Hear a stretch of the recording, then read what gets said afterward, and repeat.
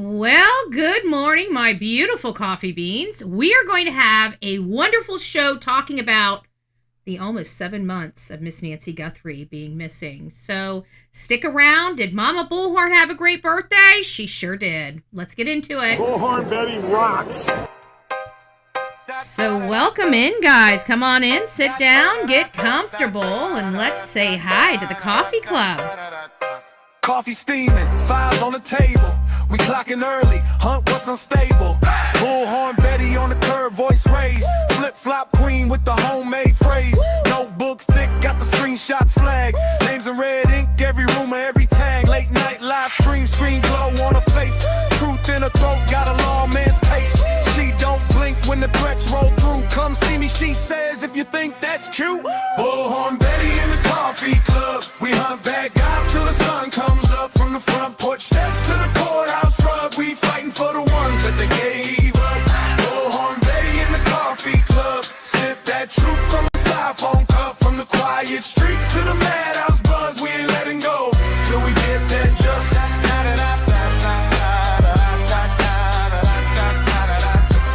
Insane Asylum, that's our crew nickname.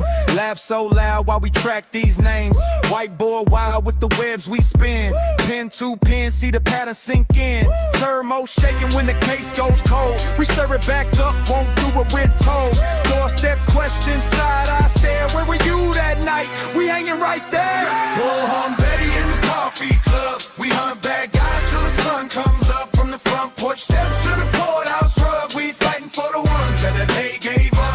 Bullhorn Betty in the coffee club. Sip that truth from a styrofoam cup. From the quiet streets to the madhouse buzz. We ain't letting go till we get that justice.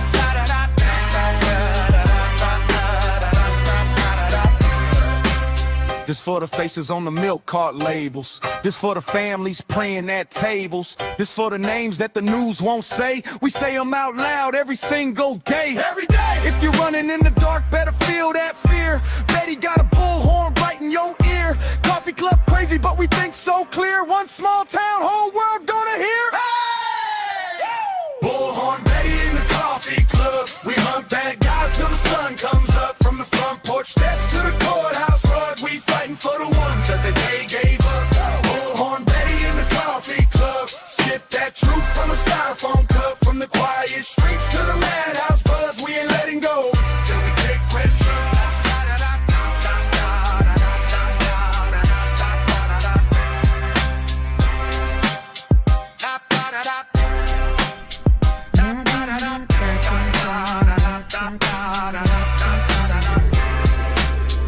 But I think we're off. Just a little bit, I think we're off.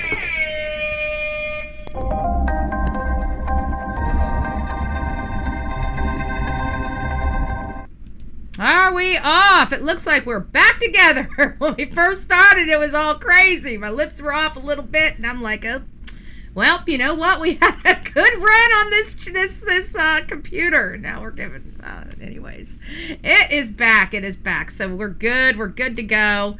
It's nice to see everybody this morning. We've got some things to go over. First of all, did Mama Bull? Oh, wrong one. Dad, burn it. I hate when I do that. I start working here. There we go. There we go. Did Mama Bullhorn have a happy birthday? Did she have a happy birthday? Mama Bullhorn had a happy birthday, turning 21 all over again. She did. She enjoyed being 21.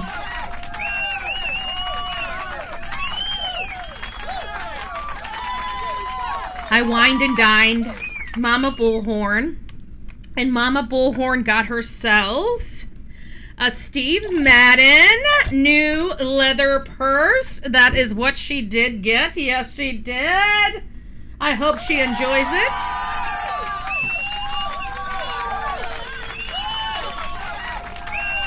And she got taken out to a nice seafood restaurant, and she got to order anything she wanted on the menu.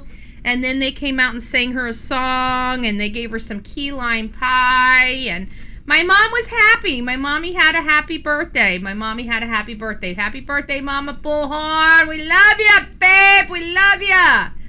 And then that's just because, you know, It just, I don't know. There's just something about that picture that just, it just says everything, right? It just puts it all in a nutshell. I'm just saying. I'm just saying.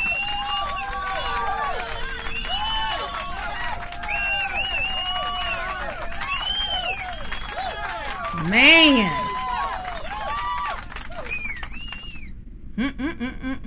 Guys, I gotta tell you something. I felt like it was my birthday yesterday. I did. So, I told you guys, do not wash these bags. If you guys get these bags, I know sometimes they get dirty. You know what you take? You take a little soap and water with a little cloth or a little toothbrush, and then you clean it. Okay? Don't be a Betty. I didn't realize that this was all tinder and stuff. So these are the little drawstring backpacks. Love these things. They carry a lot of stuff, but occasionally they get dirty. Okay, well I'm kind of like, I'm a slob, but I'm a clean slob. Okay, so I might have a lot of shit laying around, but the stuff laying around's clean. Okay, I don't like dirt. And so mine got a little bit of smooch here, and I'm like, oh, you know what? Feels like it can go in. I didn't even think about this. I should know better. Right? I didn't even think about this. Well, I wash everything that has stains in it with hot water. Well, duh, right? So I throw it into a scalding hot bath in the washer, and then I throw it into a nice hot dryer. Yeah, that's what I did. I did do that. I know everybody's like, Betty, we don't throw decaled stuff in hot water or in the washer. You would think somebody like me would know that, right? You would think I would know that. Well, apparently I forgot about that because, again, I'm, a clean slob, and everything's got to be cleaned, and I just needed to clean it, and I'm a slob, so I would not manually clean my own, drawstring bag. So next thing you know, I did salvage the decal, but don't put it in hot water. Okay, can it handle rain? It can handle rain. It's perfectly fine out there in the rain. Okay, what you don't do is throw it in hot water and then dry it. Okay, it's not conducive to having decals left on it. It gets clean. It gets real clean. It gets clean like before it was ever even decaled. That's all. I didn't know. So now you guys know. Okay. So this was the thing I was going to tell you guys. But yeah, I'm going to keep this up here because I think this needs to stay up here because I just love it. Okay, I just loved it. Because it just we are raising money because of this case, right? The Sebastian Wayne Drake Rogers case. We're still in litigation. We're getting really close to our budget. Thank you, everybody. We're still shy. We're still a little shy. So we're going to be, obviously we got 60 days. I'm trying to get everything paid up by October 1st. That's our deadline. October 1st is our deadline for all payments made. And I'm trying over the next week to raise another $500. We can get another $500 on this pay period. We might have just about every bit of it.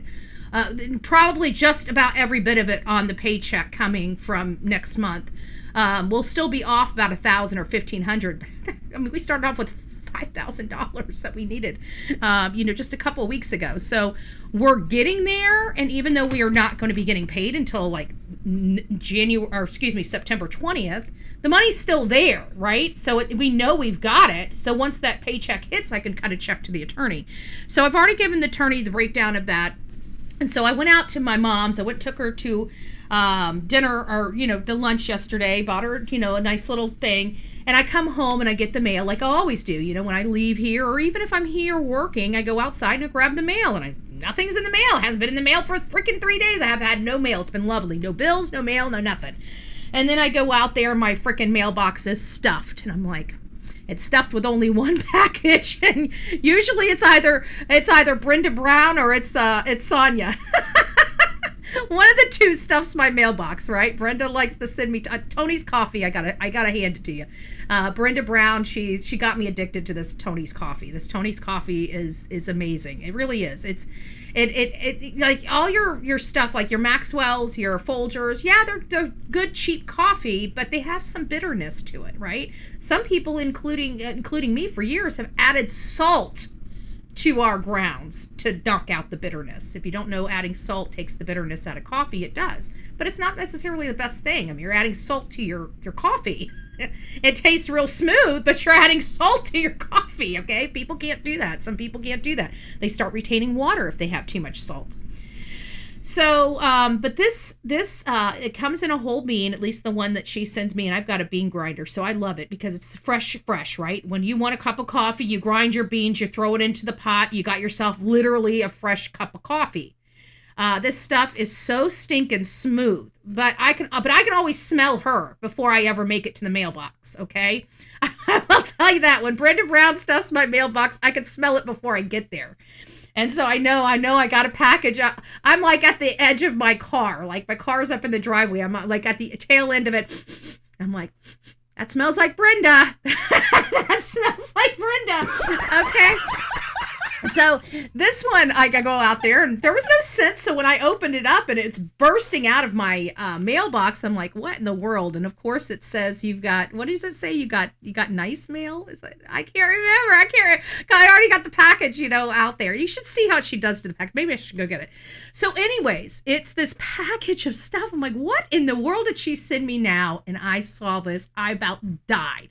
If you've got grandkids, kids, or animals, you guys are going to want one of these. I'm just going to tell you, you're going to want one of these because right now I've got a bag with all of Delilah's stuff in it.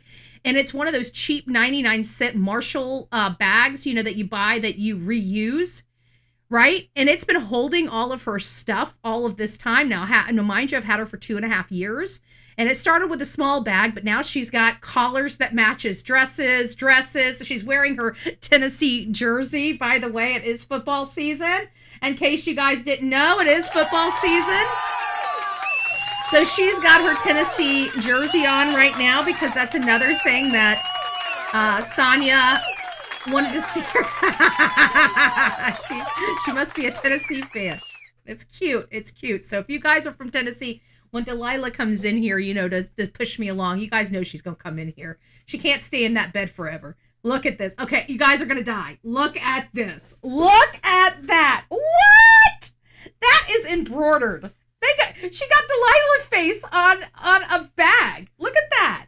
It's a tote. So now the 99-cent bag that I've been putting all of her stuff in she's got her own little bag now. Tell me that is not adorable. That is not stinking adorable. I about died when I saw this. I about died. And I'm like, oh my goodness. I don't even want to know how long it took her to stitch this. I don't know, but oh my gosh, she's got her official bag. That's why I said, if you guys have animals, if you guys got grandchildren, if you got children, you guys are going to want one of these for your kids. I'm sorry. And not only that, it's going to last this is embroidered. This is embroidered. This ain't going nowhere. This is freaking what do they call it? Canvas of the nappy sack stuff, right? This stuff here is gonna last you forever. This is literally stuff that you hand down from generation to generation. So I'm floored. So now Delilah has her own little bag for all of her stuff. So I thought that was cool. Don't forget, if you guys are part of the team, the Get the Flock Out of Here, we got flock cameras, mass surveillance, and I can promise you when I've been protesting this, I'm not out there with the pimps and the hoes, okay? I'm not out there with the pimps and the hoes. I'm out there with law-abiding citizens that don't want to be under mass surveillance. So we're kicking off our Get the Flock Out of Here campaign across this country. This is our kind of political advocacy. Get with Sonia if you guys are dump the flocks, right? What the flock? And that brings us to the next one. If you guys don't like that one, we got the What the Flock. You can't see it because it's a green shirt. You can get it in any color shirt. She sent me green so I could be an invisible woman to all of you. But this one says Get the Flock Out of Here. The two. Okay. I'm going to wear this one on Sunday because I'll probably be cussing on a Sunday. We have our official On a Sunday shirt. Oh my gosh, look at that. Where it's official on a Sunday. As you guys know, I have a potty mouth, okay? I have a sailor's mouth. I have tried. My team has tried for years, okay? Years to cut the potty. And I've gotten 100% better than I was. There used to be F-bombs on every single sentence just about on this show. Okay? Like literally F-bombs nonstop. I don't know how, but people believed in me. I don't know how people believed in me so much, but they believed in me. I got a lot of religious people up here in the chat. And they look past all the swear words, but I've gotten a lot better. But one thing I can't stand is cussing on a Sunday, okay? It's just something about the cuss words, like Monday through Saturday. It's like, it's profane. It's not ladylike, it's blech, right? But there's just something about doing it on a Sunday. So when I get piping hot mad on a Sunday, I get frustrated and I'm like, and it's on a Sunday. So now we have our official on a Sunday shirt. I thought that was funny, but you guys know me. I love the animal shirts. I don't know what it is about the little cute animal faces in the morning or whatever, but apparently I have an attitude. Who knew? So again, not always Bullhorn Betty inspired stuff. Some inspired Oh yeah, and I forgot the one I'm wearing right now. They can't break me or shake me, and they too fake to overtake me. Ooh yeah. That's what we like. Okay. So I felt like it was my birthday yesterday, but don't tell me. I mean, it's the bag. This bag is definitely for Delilah. You have no idea. Let me go show you. Let me show you what's going to be going into this bag. Okay, and this bag's big. Okay, it's the size of my body. Okay, it's enough to hide a body in. The bag's big enough to hide a body in. Okay, I'm just saying it's big enough to hide. I'm gonna show you.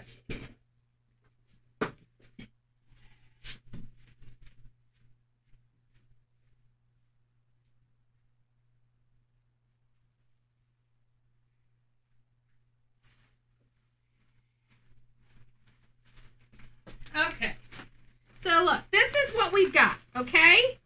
This is what we're gonna have. Tell me. Look at that. Look at that. I got all this stuff in here. Look, these are her dresses in a plastic bag. She's got some cute little dresses too. Look at that. Look, little Lila, right? So all of this, as you can see, it's not quite a full bag, and I thought it was from Marshall's, but it's Ross. It's a Ross bag. 99-cent Ross bag. So all of that's going to be going into here for Miss Delilah, and she's going to it's going to be so cute. This looks so much better than that ugly bag. Come on.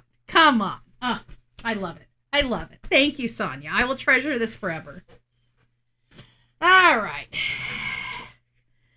So now that we're done with all of our morning wake up and get happy, now it's time to, get to the part of the day. Here's our good Give, Send, Go. If you guys would like to donate, it's not required, obviously, but we do need some help. So if you guys would like to help, anything you can do, it's definitely not required, but always appreciated.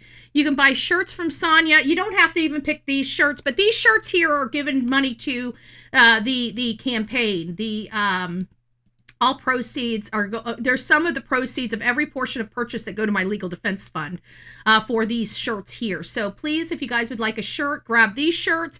But if you'd just like to buy something and get some free swag, she's got a whole shirt shop. So have some custom stuff made. Do you have a birthday coming up? Is there a special anniversary coming up? Get it done. And don't forget that we do have our Substack. I just realized they were charging $8 a month for Substack. And I went in there, I thought maybe I could change the amount, and I could. I did reduce it. But I did find out something. They won't let me reduce it. I figured, $1 or $2 a month should be adequate to start. Aw, there she is. Come here. Come here, Lila. Come. Lila, come here. Come here, you orange little bean. Come here. Dad, come here. You want tweet? Come. She refused. She will not come to me. What in the world is going on with Delilah? She doesn't want to put her up on the screen. What was I talking about? Oh yeah, so Substack. I looked on there and I'm like, oh my gosh, $8 a month. I don't create on there that's going to justify an $8 a month situation. So I'm like, okay. So I try to drop it down to $1. It won't. The cheapest it'll let me drop it down to is $5, but it let me drop the annual price down to $30. Okay, so I think that I'm sorry. I know there's a couple of people that donated, but I know that the two people that are subscribers on there are subscribers because they love me. They would probably paid a lot more if they could, if I would have, but I didn't know. I just got on the platform. That was all standard stuff. I tried to reduce it as much as possible. So I'm doing articles on Substack as well as X. They're the same articles. They're written. It's one article written, and I'm posting it on both spots. So if it's cheaper for you to be on X, then just subscribe to X. You'll get the same article. If it's cheaper for you to be on Substack, go to Substack. I reduced the annual price to $30. I didn't set it. I just want to let you know. I guess that's the standard setting. But $8 for me, that's, I mean, I love you guys, but that's high for me. I would never put that amount. I don't even want the $5 a month, but I was able to do the annual for $30. And I figured, everybody, if you're doing an annual subscription for $30, you don't really care. Okay, if it's annual. So I think the annual subscription is going to be the way to go versus the $5 a month. Just my opinion. You do what you want to if you'd like to come over and support the Substack channel. You don't have to, not required or anything like that. But I just thought I would throw that out there. I didn't know how we've only been on here for a few months, but I love it. I think the writing has been therapeutic for me, so I'm going to continue to write. And I've really enjoyed publicizing things on this platform. So hopefully you guys get over to the Substack. We are going to grow that Substack. It's just in its infancy. And I will tell you, once I set a price, just like I set a price on here, once I set a price, I haven't changed prices in years. If I set it, I set it and forget it. And it's just, I just feel like that's fair. Unless there's something majorly going on, I'm not raising prices. So you're going to be, paying the same price. You're still paying the same price today as you did when I first started on this platform. I have never changed prices on this platform. Should we? Maybe in the future. But right now we're doing just fine. And I think it's benefiting everybody. I think we have a great platform where we're able to get as much content out to as many people as possible. And we've got enough that supports this channel. We want to do more. And when we do more, we will start building the channel to grow. But right now we're kind of stationary. I'm not doing a whole lot of out in the field type of stuff until we get the court stuff taken care of. Once the court stuff's taken care of, we're going to be off to the races. We're going to be off to the races. So, guys, we're getting into Miss Nancy Guthrie. Miss Nancy Guthrie is an 84-year-old grandmother ripped out of her bed in the middle of the night by a masked gunman, and she has never been seen by a third party since January 31st when she had dinner with her oldest daughter and her family. According to everything we learned early on, is Tommaso, the son-in-law, dropped her off at home. And in all fairness, that detail just... a son-in-law dropping off their mother-in-law just never, I've never seen so many people attack a person. But again, this is a case that is just different, right? It's just different. We have an affluent area, community. We have an affluent family. We have a famous daughter involved. We have a military son. We have, there's been a lot of talk politically because we're hearing that, Savannah was going to be a positive operative for the Mark Kelly, presidential run. And, I wasn't even looking at that political aspect of it. But in this day and age, with all this politics and all these polarizing issues with our politicians, it's hard not to focus on some political counterpart to this, right? It just seems like we would have some type of issue going on here. For example, if Savannah Guthrie was going to be partnering with Mark Kelly, when we know that Mark Kelly was one of the first people she called. We know that she was going over to the Olympics. Could this be something much more detrimental that we're not looking at? Because listen guys, I feel like one of the strongest, most compelling theories that I've had in this case was a hit theory. And you guys know that I've had that theory almost from day one. I've had two major theories from day one. I've developed two theories from the very beginning. The first theory that I had developed from the very beginning is if this was a single assailant because of prior history in elderly, living alone type of elderly people. This is not an uncommon theme where a handyman, a painter, somebody that works for this rich elderly person that lives alone ultimately comes back and sexually assaults them and murders them to cover up that crime. In both cases, Nancy Woodrum as well as Marcia Norman, they were both removed from their home and buried elsewhere. So these are the cases that I was looking at in discussing this case if it was a singular assailant, because I thought everybody was missing the ball when it came to a single assailant and what it could mean. And I am the one that said if it's single assailant, it's going to be sexually motivated. Not one person in the public, professional, adopted that, and I believe 100% that is accurate. 100%. If this guy was alone, this would have, and he was going in there in the middle of the night. He was going in there, and wasn't stealing anything. He was going in there to sexually assault this lady. Okay, but what we've determined just recently here, and again, one of our family members here, Lisa B. Always, was watching the Brew Crew after 5-0, and it's a retired cop named Charles Brewer. And one of his audience members pointed out this light to him. So he was looking at it much like we did on our show and determined that it was an unknown light source. Of course, I reviewed it. He's law enforcement. He might be retired judge. So, they have that. I know what type of personality he has. He has to walk through the steps. He's going to handle this much like a case. He's a retired officer. He's going to handle this like an investigation. We're independent journalists, activists, and in theoretical terms that law enforcement and everybody likes to beat over our head and make us try to make us feel this small. The proverbial armchair detective, right? We go a step further. We put logic behind it, right? They have to be proven every single step. They got to see the individual before they say an individual's there.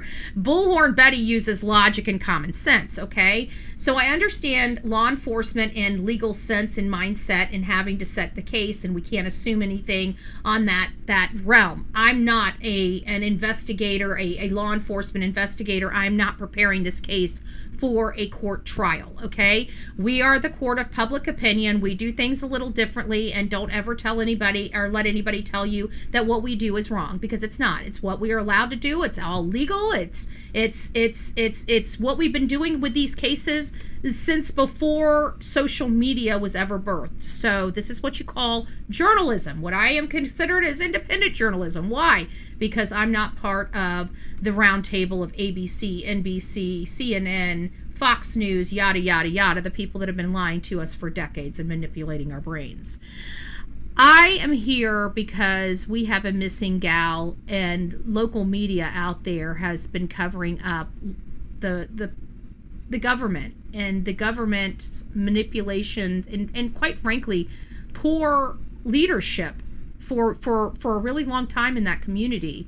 And Nancy Guthrie's case has kind of thrown that into the forefront, into the throes of national media and the national spotlight, and actually the worldwide spotlight. We have people from all over the world that come in and visit in this chat in the mornings.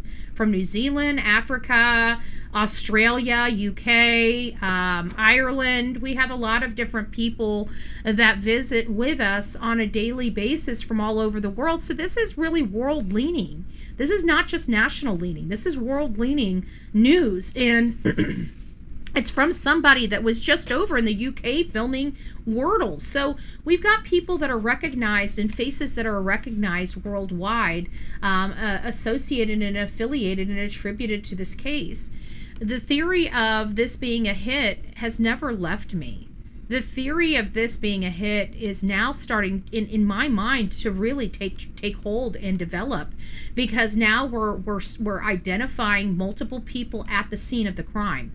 Right? When we first started this case on February 2nd, what scene of the crime? They barely even knew it was a crime scene. Remember that? We have a crime. Like, I still remember the statement of Chris Nanos and thinking, man, that's the weirdest I've ever heard somebody present something like this. Like, we have a crime scene. We, in fact, have a crime scene. It's like, okay, we've got a crime scene.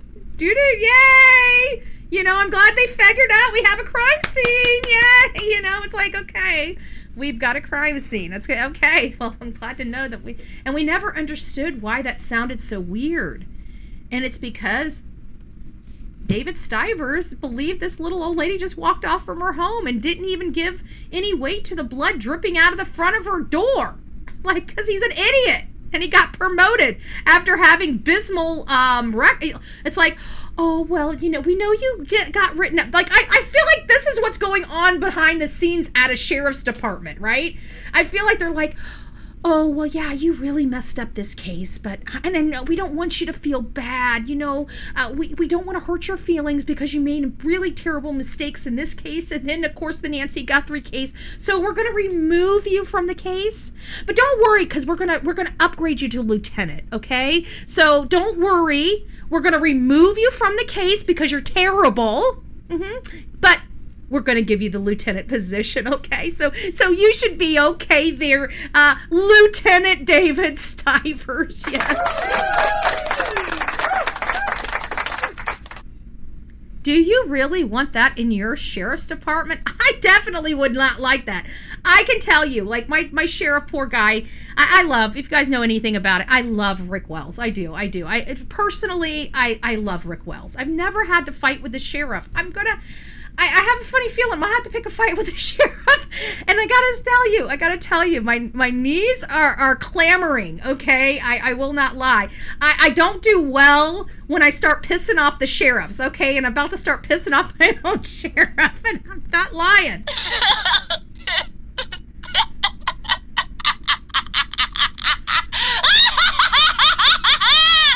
Revenge! And it is over the flock cameras. It is over the flock cameras. Didn't I tell you, like, it doesn't matter what you push on that Bob's Burgers button. It always fits. No matter what it is, it always fits. Never watched Bob's Burgers, but love the button. Love the button. And it's going to be over the flock cameras. So I was supposed to be in front of the sheriff's department with I got a big old flag. I got an 8-foot flag. Okay, I got an 8-foot flag and a 10-foot pole. Okay, and I could have gotten a bigger pole, but I just wanted a pole that I could, break down so I could carry it around, right? I want to make sure that anybody that comes by sees that we want you to get the flock out of here, right? So I've had this huge 8-foot flag in my front yard, just staked into the middle of the yard, which is not, I'm on a dead end. Like, I got a cul-de-sac. Like, there's nothing here. You can't see the flag. The sheriff can't see the flag. But I got it, and I put it there because I want it up. But I'm going to be taking it and breaking it down. It, like, breaks, like, I can twist it right in the middle of it. Oh, isn't that lovely? The flagpole, it breaks, like, it has little sections in it that screws together. So I just go to the middle of it, unscrew it, and put it in the car. Boom, right? And it's got a little stake on the bottom of it. So I don't even have, I'm not damaging any property because I'm not having to put a hole. It's got these little stakes that are like this thick, but that are like this long, that go into the ground.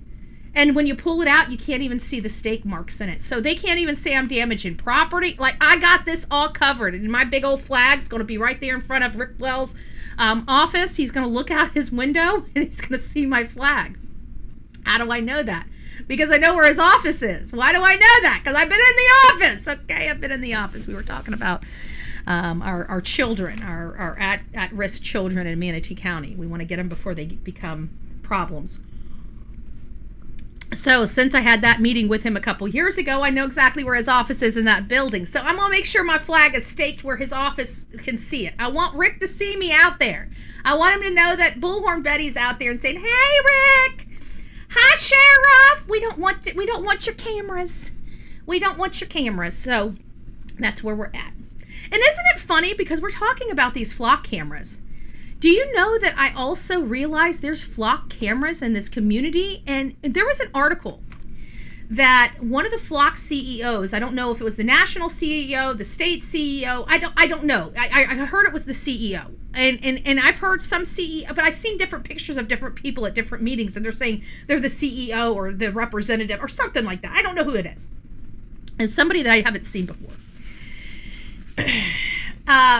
And they said, they did this article, and they said, if Flock was in Arizona, we would have had the Nancy Guthrie case resolved. Well, it's kind of funny, because I found out that Flock is in Arizona.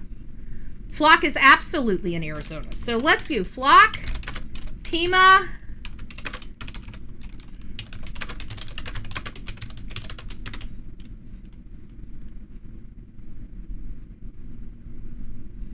oh, they said they do not manage the Flock system. Voted to cancel the agreement with Flock and remove light. So they did all that. So because I was about to say, we had license plate readers in their community, and they went down because I had a map of them. And they're saying that Pima County citing, while local municipal and county enforcement largely avoid and reject the tech, limited regional installation in private institutional uses existing via private businesses commercial setup.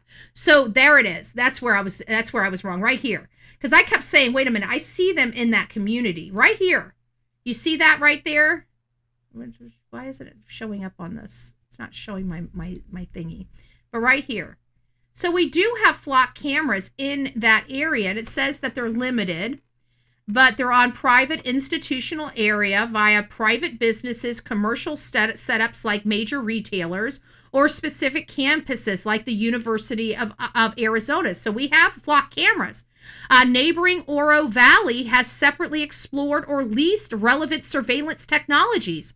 So let's not get it twisted here, because in my estimation, we do have some Flock cameras in that community. So I kind of have an issue with some of the statements. Now, I don't like Flock cameras, even in this case. If they would have used the Flock cameras to track these people down, we would have a constitutional nightmare down the road. In this particular case, this is a major case. They cannot use any type of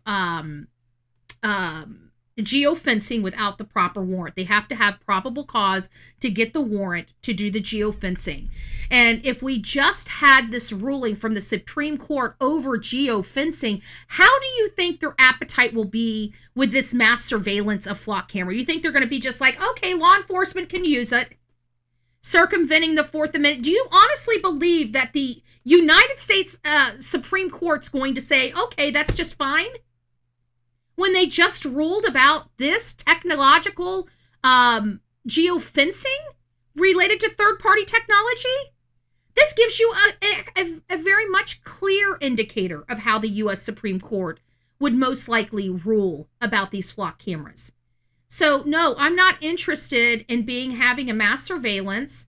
I don't believe that they would have helped in this case. If they would have, well, then we would have it, right? Because one thing we did learn from the FBI is if you have a camera, and whether the camera has a subscription or not, if it's turned on and it's recording, whether it's storing the recording, they absolutely can get into the back end of the servers and pull those videos. We know. How do we know? Well, we do have evidence of that, do we not?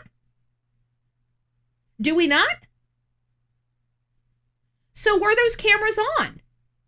And if the cameras were on, then why can't they petition Google to find that time frame, much like they did with the porch guy?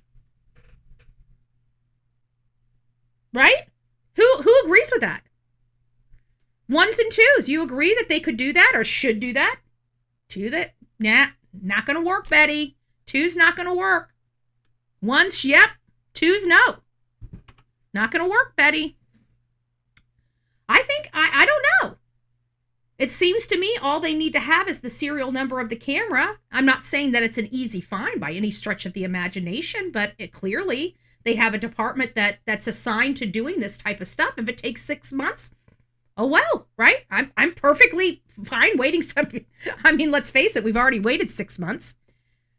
We had an officer tell us, we had literally the sheriff tell us on day 1 and day 2, right? February 2nd and February 3rd, that this lady has a problem. She doesn't have her medication that's going to be fatal for her. And 6 months later, he's still rooting that this lady's alive after he just told us at the very beginning of this case, if we do not find her, she is dead. Right? But man, we're getting close to how many, like this is just getting, like I could really go into a conspiracy theory over this case. And I know that that's why other people have been able to go through those conspiracy theories when it comes to this case. It's easy to do with the players in this case. Mark Kelly, Savannah Guthrie, Nancy Guthrie. These are all, very much, and I don't want to, I want to be careful here because I think it's important that we, I think it's very important that we speak frank here, but I don't want it to be the catalyst of other political conversations, if you will. And you guys will understand what I'm talking about because these are all diehard Democrats, okay? And typically in cases like this, whether you're a Republican or Democrat would have no bearing on the case, period, right? We don't ask those questions. We don't talk about those when it comes to victims. We don't care how you vote when you're a victim of a crime or your family needs help finding you. Okay, let's face it. I don't know about you, but here on the Bullhorn Betty channel, I don't care how you vote. Okay, if you need help, we're here to help you. I mean, a life takes precedence over a D or an R next to your name. In my opinion, I value human life. I think everybody should value human life more than anything else in this world. God should be first, but human life should be second. And I don't think you could have human life without God. So we do have some differing opinions here, but at the end of the day, I don't want it to be more than it is. But this is something that might be, or could be why this case is happening. I mean, we know how contentious the political environment is out here. We know people are being injured by the way that they think, the way that they're speaking, the way that they handle themselves, and then of course the other side of that of people villainizing them and creating a narrative that's untrue. There are things that are going on, and I didn't realize this until somebody kind of explained the dynamic, because I've always dismissed this political dynamic when it came to this case. And I think that it's worth at least having in the back. Am I sold on it? No, I'm not even remotely. But when it was presented to me, where it gives you pause for question, because it doesn't have anything to do with them. If this theory does have everything to do with it, but it's not just being it's the diehard Democrat working toward Mark Kelly's presidential election. You see what I'm saying? So now we're getting into the presidential aspect of the political scene. Could that have drawn in some crazy MFers that want to, end that opportunity? And in the political realm, when you get up that high up in the food chain, yeah, I would see that being more prevalent. I mean, we have the cook in the pond in front of Obama's house. We have the umpteen million bodies around, Hillary Clinton. We have a lot of stuff in our history to say that, people around Democrat presidential electees, either incumbents or being primaried or whatever you want to call it. We have a history here for that type of homicide. They're always accidents. They always seem to be accidents, but or suicides, or, whatever the case may be, like the guy that was bopping Hillary Clinton back in the 90s, he was the accountant or whatever, and ended up, he was on, when Bill Clinton was we probably didn't even hear it, because we didn't even start hearing about that story until after they were no longer president. They were able to hush that story and keep that out of our limelight by the courtesy of our corrupted mainstream media. They failed to run the true story. So we've got a lot of bodies around presidential figures, especially Democrat presidential figures. We'd have to conclude that there's got to be a reason for that. We don't know what it is. I mean, I hate presenting it like that, but there is kind of this proportionately differing. I mean, even down to the, Obama after he was president, like his chef was found dead in a lake in front of his home, like just floating there. Like, you got a floating body. Like, how many presidents of the United States have floating bodies on their property? How many people in America just wake up one day, even of affluent, and just have a body floating in their freaking lake? Especially of one like a chef that hears all kinds of stuff. Or sees all kinds of stuff. So I could really go conspiracy theory, like full on conspiracy theory when it comes into this stuff. And so somebody had presented it to me like, this is not just normal political stuff. This is like her being a right hand, media right hand to Mark Kelly to give him a leg up in the presidential election. And then I started thinking, how contentious all of our politics have been for the last, and remember Chandra Levy. I mean, there's just a lot. And again, I don't want to be overly political here, because I don't think that really has a place in this story right now. But this angle of politics that I kind of dismissed at early on is starting to feel maybe a little bit of weight here, just like about the, Nancy Kerrigan, Tanya Harding theory that I got over the last few months. It wasn't something that I had at the very beginning. I only had two theories at the very beginning. One that was a multi-assailant, and one that was a singular assailant. Multi, I've always believed it was a hit. I believe she was dying or dead when she was leaving the house. And two is if the person was alone, I thought it was sexually motivated. So those were my two main theories. And then we started seeing everything going on with NBC and Savannah. You could really see this fighting back and forth. They wanted her off the show. For whatever reason, they want her off the Today Show. I don't know if she's being fired. I don't know when her contract is up. I don't know a lot of things, but you could see that there was some major brawling between Savannah and NBC for her to keep her position on that show. And NBC did a lot of dirty shit in the media against her. And we caught on to it. We caught on to it very, very quickly. And we started bringing that and bringing that to our audience. And that's when I brought that other one in. But now, after this person explained to me the dynamic of Mark Kelly's presidential election, well, is that enough to get a woman killed or a woman kidnapped or an election derailed? You bet your ass.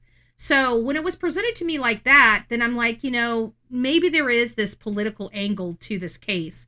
I'm not 100. I'm not adopting it. I'm just saying that there is a possibility. And that's where we're at. So with this possibility, where does that go? For me, it goes nowhere. I've got no evidence for it. I've got no way to follow leads for it. I've got no ways to, it's just something that just gnaws in the pit of your stomach.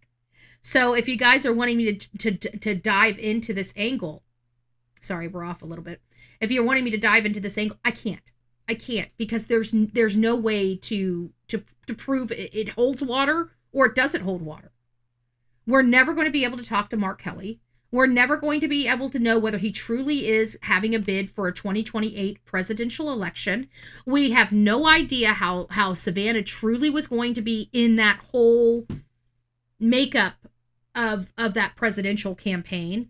If she was just going to be at NBC, if she was going to be the talking point, if he was going to try to get her to be his, Caroline Leavitt, right? The press secretary. she would be a great press secretary for him, very highly skilled, very well spoken. Was there a promise for a future? Would she really give up $24 million to be a press secretary, which I know is only $100,000 or position? I don't know. But, there is enough here that possibly us talking about, this being a political hit, I don't know what else to call it.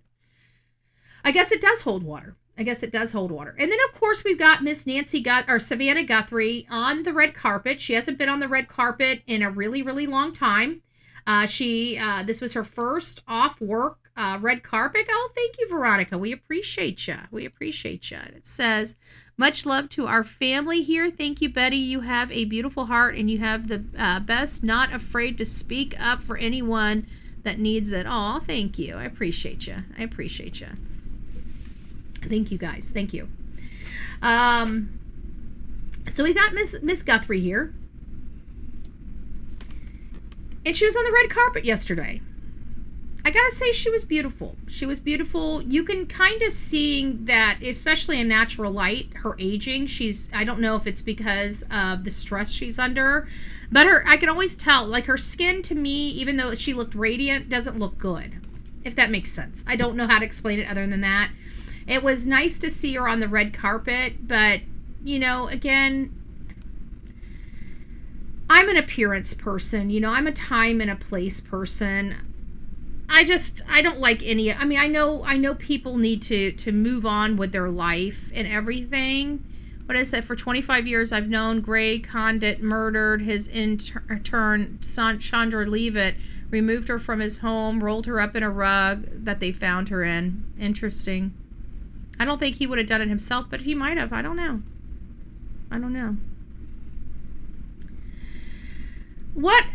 I guess what my issue is when it comes to Miss Savannah Guthrie is I've never really agreed, but who am I, right? I'm nobody. I just want to put that caveat out there. I'm nobody, but I am, in my opinion, I think like a lot of my audience members. So I know if I'm thinking this, that there's people in my audience that are thinking like this, and we're thinking that she went back to work too soon. I've dealt with families of missing and murdered people, and them going back to work or trying to go back to work and successfully doing it has never been successful.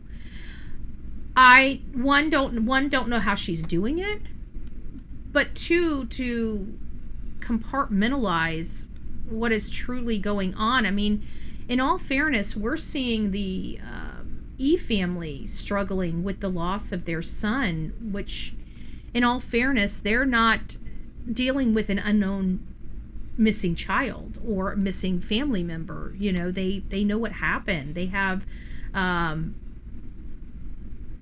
the closure of at least knowing what happened. Savannah doesn't. Jennifer Santinello doesn't. Seth Rogers doesn't. There are so many people that don't. The people that don't know where their children are going back to work. Those are the people of like Chris Proudfoot, Don Wells. Do you guys understand the theme here? And I hate constantly having to compare the behavior of this family to guilty parents around this country. But the only people that act like this are the ones that are more persons of interest in their loved one's case than not. So is this something that just rich people do? They've got a lot of bills and they just can't go without work. I mean, she couldn't find something else to keep her afloat so she could be home more working on trying to find her mom. And it just seems like every opportunity she gets to take off, or, to spend time trying to look for her mother or do what she needs to do to try to help find her mother, or hire private investigators to do that. It just seems like every opportunity she takes it for herself. She takes it for her time off, for her to go to overseas, none of which she's taking time off to really focus on finding her mother. And again, I don't like reporting this. It breaks my heart to report this. I feel so bad for Savannah Guthrie, but there's a side of me that just, I don't know how to, it's just overly disappointed. I think I don't know how to express myself on this topic other than that. I mean, I try to express myself well. Sometimes I do a good job. Sometimes I don't. I don't want to be, overly disrespectful to Miss Savannah Guthrie. I can't imagine what she's going through. I'm not going through it. But I've watched a lot of people go through it, and none of them have acted this way. And or the ones that have acted this way aren't right with the story. They're the ones that everybody's like kind of looking at. And they're upset that everybody's looking at their family and scrutinizing it. But in all fairness, it truly is the behavior that they're showing the world about their family. This doesn't make us idolize their family. I can tell you that. My mom at least has the comfort of knowing that if something, God forbid, happened to her, I would move heaven or earth to find her. I damn sure wouldn't be sitting here in my office doing shows about somebody else's family. Okay? I mean, at least my mother and my family members, even the ones I don't have contact with very much, know that if God forbid something happened to them, I would move heaven or earth for my family. Okay? Nobody would ever be able to stop that from me. And I know the beast that would literally just blow up inside of me if something happened to my family. And to think that these people have millions of dollars, a hell of a lot more resources than I could ever dream of, think that the red carpet is an appropriate place to be. Especially when you're no longer talking about your mother, very rarely talking about your mother, fighting with your company, NBC, trying to sell your book. I mean, I understand she's a busy lady, but for F's sakes, she's got a mother missing that was ripped out of her bed in the middle of the night by a masked gunman, and we're seeing her smile and taking pictures for centerpieces of magazines. Like, where's the frickin' priorities? Where's the frickin' priorities? And you've got to know that people are going to have backlash against her, especially in light of her dictating to a sheriff how to speak about her mother's case. At what point do we start letting victims of crimes and people that could potentially be persons of interest dictate to a sheriff what type of press conference he should have? I have a problem with that, and so should everybody else in this chat. And that's exactly what we were told this family was doing. And then we're wagged at, our fingers wagged at. I mean, let's not forget Miss Nancy Grace, shaming the whole world for looking at Tommaso, the last person at that time to have seen Miss Nancy Guthrie, knowing that there are many son-in-laws in prison right now for the homicide of their mother-in-laws across this country. But for some reason, Nancy Grace did not apply the same standard here because she worked with Savannah Guthrie. And because she says so, the standard changes. And that is the only thing that I have frowned upon with Nancy Guthrie. Now, Nancy Grace. There's been another time I've frowned upon her, and I do get in a little tiffs. I mean, not like they care, like Vinnie Politan. If Bullhorn Betty's mad at him, you think he gives a shit? No, he doesn't care. Same with Nancy Grace. Same with a lot of these people. If I was mad at them, would they really care? Probably not, right? But we do get mad at them every now and again. We do have something to say, and that is always going to be something I'm going to say about Nancy Grace, because I think she was just wrong for doing it.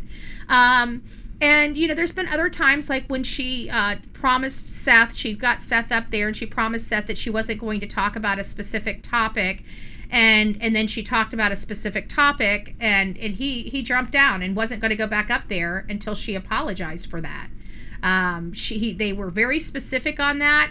Nancy Grace knew. So, of course, naturally, I was upset with that, too. So, there have been a couple times over the history of my love fest with Nancy Grace that, I've been a little upset with her. Has it changed my actual love for her? Of course not. She's a pit bull out here on mainstream media. You know, there's only a few people in mainstream media that really have a clue, that don't have any loyalty to sway a case. Well, you know, in many cases, again, I feel like she put her fingers on this case for Savannah, and I just don't. I'm sorry, I just don't. I understand people know people.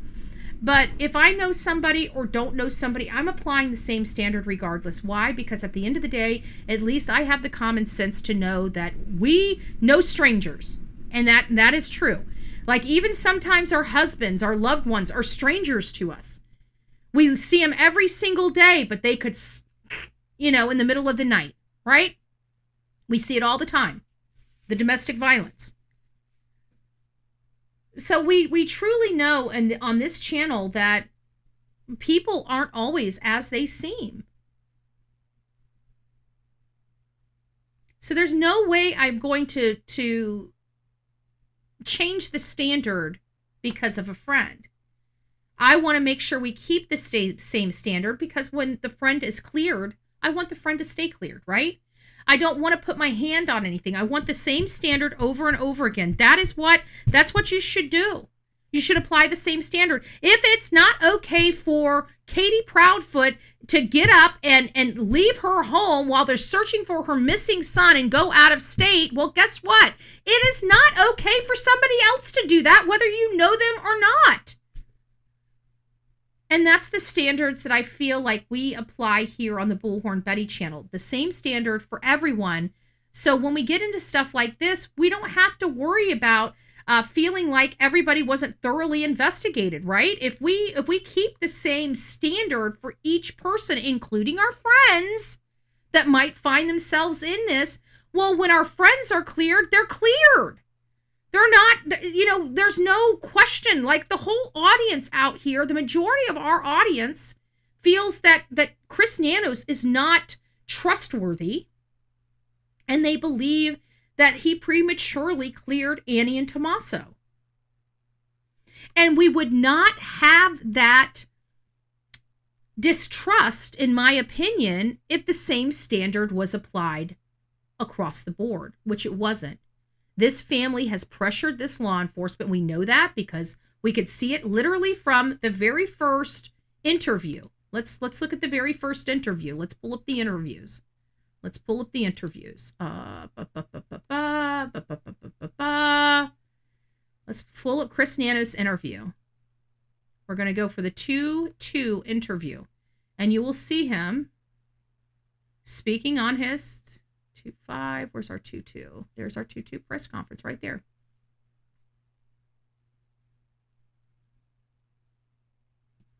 Okay.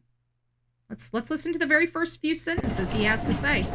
Here we go. He's looking at his phone. Let's listen to him.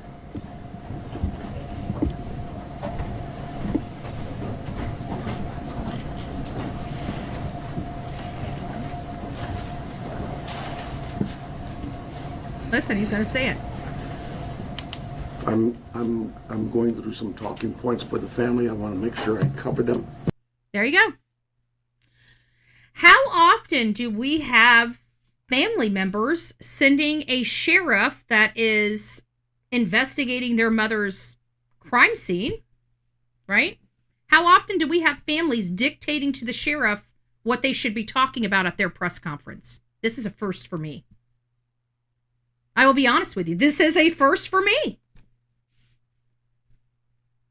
I have never heard of any other family reaching out to the sheriff to dig. I mean, well, we do have Chris Proudfoot. He reached out to the TBI to tell him, please tell everybody that you don't want us talking to the press. And they came out and said the Proudfoot family would like us to let you know they do not want to do they do not want to do interviews. Not what Chris wanted them to say. It's what they said. So he looked like a complete a-hole for doing that because he lied. He was trying to say that law enforcement doesn't want him speaking. Law enforcement doesn't care. They're doing an investigation. They want people that are possibly persons of interest and suspects. They want them constantly talking. I don't know any law enforcement body in an investigation that wants to keep people shut up if they're persons of interest. They want them talking. They want something happening. Aw, thank you, Lisa. Nice to see you, love bug. She may have more power than we think. And that's what somebody was trying to convey to me when they started bringing the Mark Kelly aspect, because I wasn't getting it, and that's why I was dismissing it. Because I'm like, yeah, okay, well, we have this aspect of it, but then they presented it to me as being, a 2028 presidential election being part of that, and I'm thinking, okay, now we're getting into major politics and a politics of a president. That's, people, we definitely know that there's an appetite for homicidal type of activity in presidential elections. We see it every single year, just about, right? So we've been seeing this political violence. We've been seeing an uptick of political violence in this country. Now, when you start presenting it like that, well, then that does make sense for potentially a political violence type of avenue here.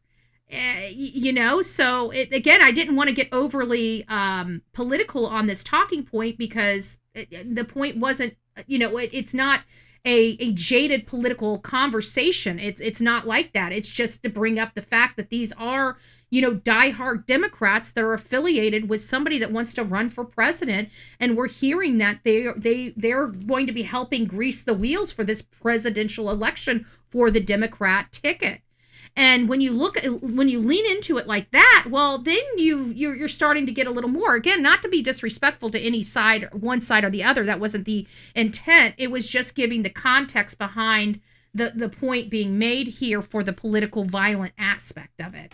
And then we have the Guthrie families already sticking their nose in. One of the things that Chris, if I understood him correctly, Chris McDonough. Many of us love Chris McDonough. He's been a breath of fresh air. Usually we don't get a lot of law enforcement people that come to bat for social media. We really don't. Okay. I mean, you can look at police off the cuff. You can look at, what was that? Duty Ron, the reason why I say we're the insane asylum, that Yahoo. You talk to those bozos, okay? First of all, their law enforcement, God bless them for their service, okay? That's not why I'm calling them bozos. Why I'm calling them bozos is they like to criticize YouTubers, not realizing that they are YouTubers. So I think they're oxymorons. And if that's them, if that's how they handle their business, then I'm fine never talking about them. I'm fine never looking at their stuff, because if this is the level of their investigative skills, well, then I really don't have an appetite for it. Okay. They will criticize any person other than themselves. And I don't like that. I think that's terrible. Chris McDonough is not like that, but that's kind of, the police off the cuff and the Duty Rons of these platforms are the reasons why I frown upon the way that they talk about everybody else, other creators on this platform. But we don't have that with Chris McDonough. And I think Chris McDonough's pedigree and his resume, his CV, have a lot more accolades than the other two people that I had referenced. And he has, even with, Alex is not a person that has a pristine background. JLR is not a person that has pristine background. I'm not sure about DA Juice, and I'm not sure about 857 Tucson, but for the other two people, I do know that they don't have necessarily the most pristine background, but they weren't doing anything wrong. Their background is just that. It's their background. I mean, if you looked at my background looks terrible, especially in my 20s. I was a hot mess express. There is something that I do not deny, and I've never denied it, was my walk. And I actually try to inspire people with my walk, because you are not subjected. You are not, your life does not depend on your lowest time in this world. If you're a piece of shit, you're a piece of shit. If you want to change that, people will change the way that they look at you. But I can tell you the hate channels that I talk about are still pieces of shit. They've never done anything differently than being a piece of shit. They still do criminal conduct. They have not stopped. Those people will never get it. They'll never understand. They will never understand. For us that are here for our walk, we try to inspire people, showing that there is life after death, so to speak, right? But again, those two people weren't doing anything wrong. And Chris McDonough, again, an officer. So, sometimes officers, they don't like those, no matter who you are or how much you work to change your life or stuff like that, they'll always still keep their foot on your neck. but not Chris McDonough. I mean, he really did stand up for those guys. They stood up not just for them, but for a lot of other people too. And he called out the media for covering all this up, which they were, and we knew it, and we were screaming for the rooftops. But they keep trying to demonize social media. They keep trying to demonize so people won't listen to people like us. But you take a pedigree like Chris McDonough, well, that puts a lot of weight to what those guys were saying were happening on that on the ground, right? Everybody out there can say, oh, well, they're past criminals. This is the sheriff. He would never just arrest people. And then you've got a guy that has the pedigree of Chris McDonough going out there and telling us that no, these people's rights were violated. This is a bad cop, and really fighting with us for the truth. That was unexpected. I won't lie to you. I mean, I've always liked Chris McDonough, but I didn't think he would be that way, because he's law enforcement. And again, these guys do not have the best backgrounds in the world, but they've changed their life. They're all out there working. We see them. They're grinding. Okay. They're grinding. If they're in front of the screen not doing criminal conduct, guess what? They're not doing criminal conduct, right? Right. We can see them.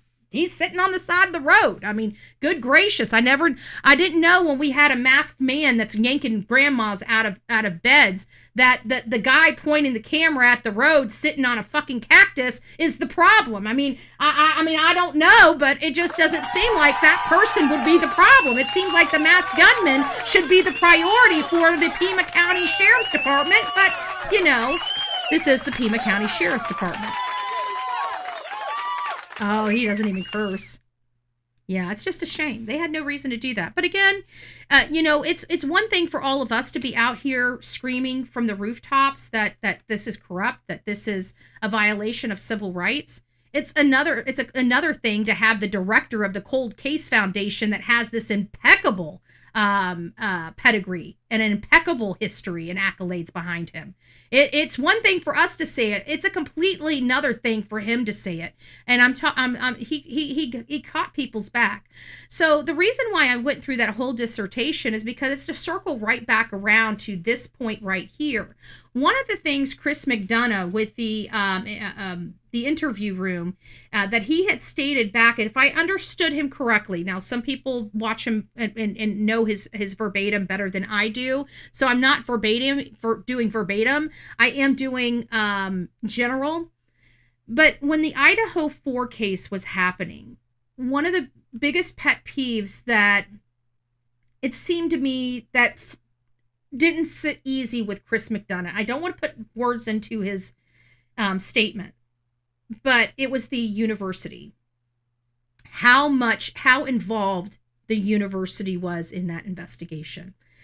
The chief of police sitting down with the university almost every single morning, giving them play-by-play updates, things that were investigative work product, not for any type of non-officer, non-law enforcement body. And yet they were giving all of this information, not knowing who was responsible for the homicide of 4 people. Now, granted, you're going to say, well, clearly a president of a university wouldn't be responsible. You don't know that. Okay? I'm sorry. This whole 2-tier justice system, 2-tier society system, it's done. It's for the birds.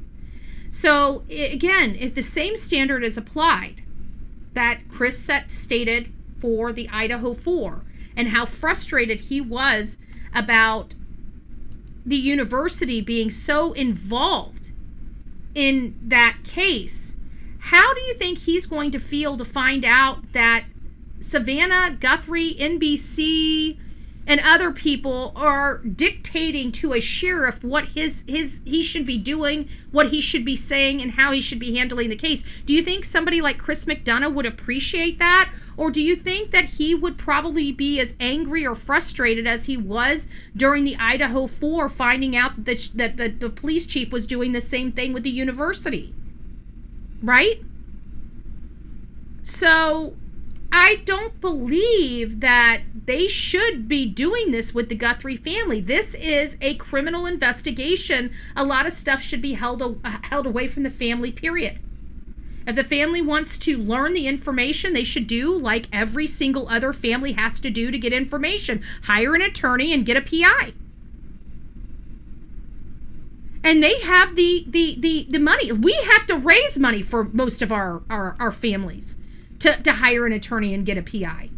That's usually the responsibility of the true crime community here on these social media platforms, is to help families out. This family doesn't even need it. They don't even need our financial help. They refuse to do these things that all these other families are needing to do. Why? I think this is sowing the distrust in the public with the family and the sheriff. Because we see this concerted effort between the sheriff and the family. This concerted effort to keep people out. To keep people from looking for an assailants. And I think the point was made. I think the point became larger than life, something, almost an elephant in the room, if you will, something that you cannot dismiss. And that's Carlos Ramirez home invasion and homicide, right? Why? Because that was so similar in part to Miss Nancy Guthrie. People went inside the home. Instead of ripping him out, they murdered him right there and left his body behind and took off. But what did we have? We had how many assailants were there? We had a description of the assailants, we had a vehicle that they used, and we had a path of travel. Every single thing we do not have in the public light for Nancy Guthrie's case. Guess what?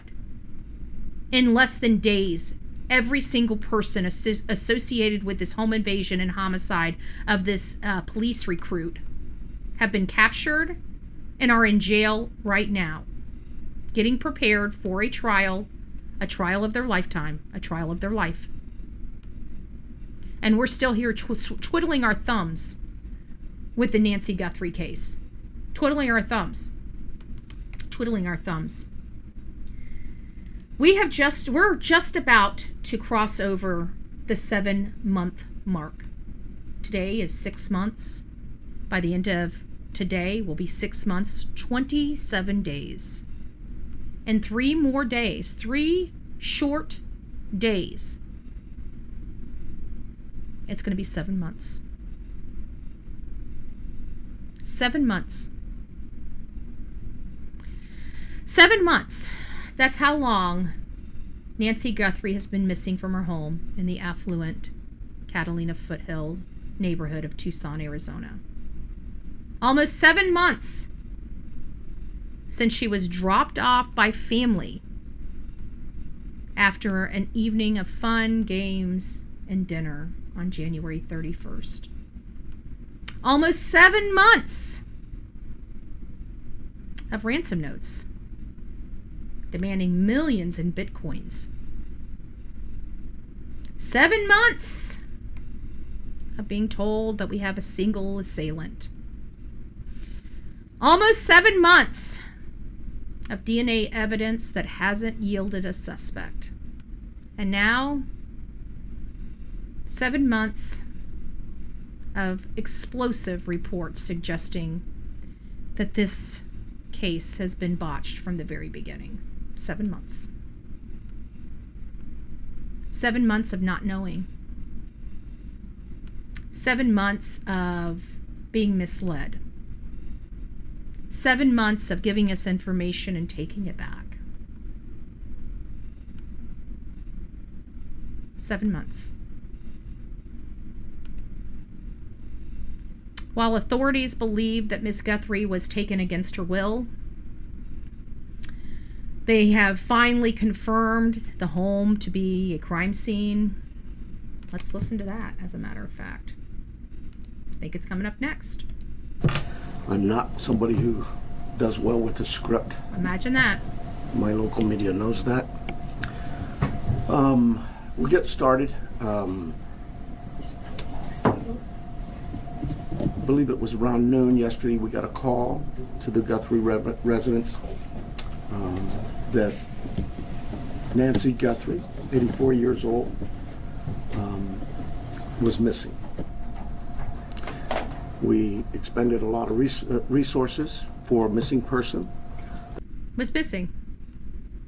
that we typically always do. Our search and rescue volunteers, our search and rescue teams, other agencies, Borstar from Border Patrol sent their canines out. They worked tirelessly all day yesterday and all day tonight.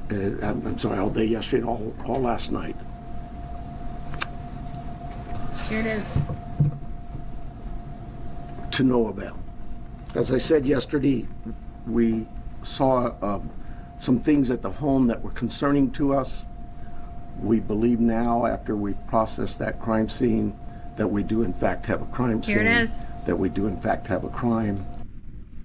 That we never understood why that sounded so weird coming out of his mouth. Remember that? 7 months ago.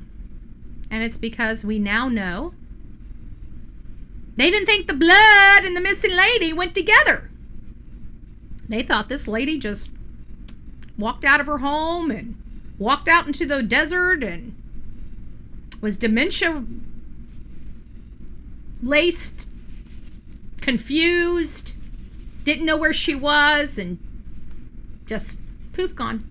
That's what they thought. Oh, and the blood, oh, that has to be a different event. That couldn't go to this day. This lady's 84 years old. We know that every 84-year-old ladies just walk out of their home in the middle of the night and never seen again. Never seen again. So we never understood why that was so interesting in the way he said that. And we now know that it is because, very simply, it is because they argued with the family that this was not a crime scene. It was not a crime scene. We now know it was, in fact, a crime scene. Let me get this back. There we go. Don't start playing. Perfect. So let's go over a couple things. We know Miss Guthrie was on the red carpet. Now we're going to go over clues, contradictions, and key questions. This is a USA Today article that I found that I thought might be very interesting. I thought you guys might like to hear it. So I am going to go ahead and read it. Oops, wrong one. I'm going to go ahead and read it for you. There we go. Let me get up here if I can get back to this one. Do I have to, what is that, Alt-T? There we go. Oh, I like that. I got to remember all of my shortcut keys on my Windows now that I got Windows back. So, investigating the Nancy Guthrie ransom notes, clues, contradictions, and key questions in the case. And this is an exclusive from the US Magazine. Let me go ahead and see if I can do this. There we go. That's much better. Okay. 2 ransom notes sent to local and national news outlets in connection with the disappearance of Today Show host Savannah Guthrie's mother, Nancy Guthrie, continues to provide more questions than answers. I think the sheriff's office officially releasing the notes was probably trying to capitalize on the 6-month momentum News Nation's senior national correspondent Brian Enton exclusively shares with U.S. in a new cover story focused on Nancy's disappearance. It would be a good time to release the notes, and that they maybe it could drum up some new interest and maybe an important tip to come in. I think they're bogus, so I don't think it's going to go the way, and I think I'm correct about that. On July 31st, the Pima County Sheriff's Department released 2 ransom notes. The authorities say provided valuable insight into the mindset, motives, and evolution of their tone over time. The first note was sent to CBS Tucson affiliate KOLD on February 2nd and was addressed to Savannah. It was addressed to Savannah 54. Nancy was reported missing on February 1st after not attending a viral church service. We have your mother. She is safe but scared, the note read. She will be held for ransom, and once payment is received, she will be released unharmed. If payment is not received by the deadline, she will be killed.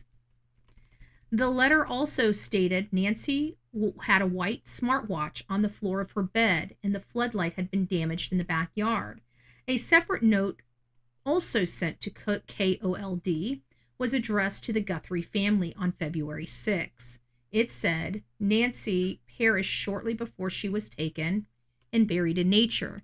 This buried in nature has a different effect now that we found something, and we're going to get into that in just a moment. Nothing you could have done could have changed the outcome, the letter stated. We want your family to know this and hope you can find peace. We are truly sorry. Who writes that? Anna Belmonte, the assistant professor of forensic psychology at the Chicago School, who is an affiliate with the case, found the notes believable. The inclusion of the information about Nancy's smartwatch, it wasn't a smartwatch. It was an Apple Watch. There's a big difference. And if somebody touches it, they would know the difference.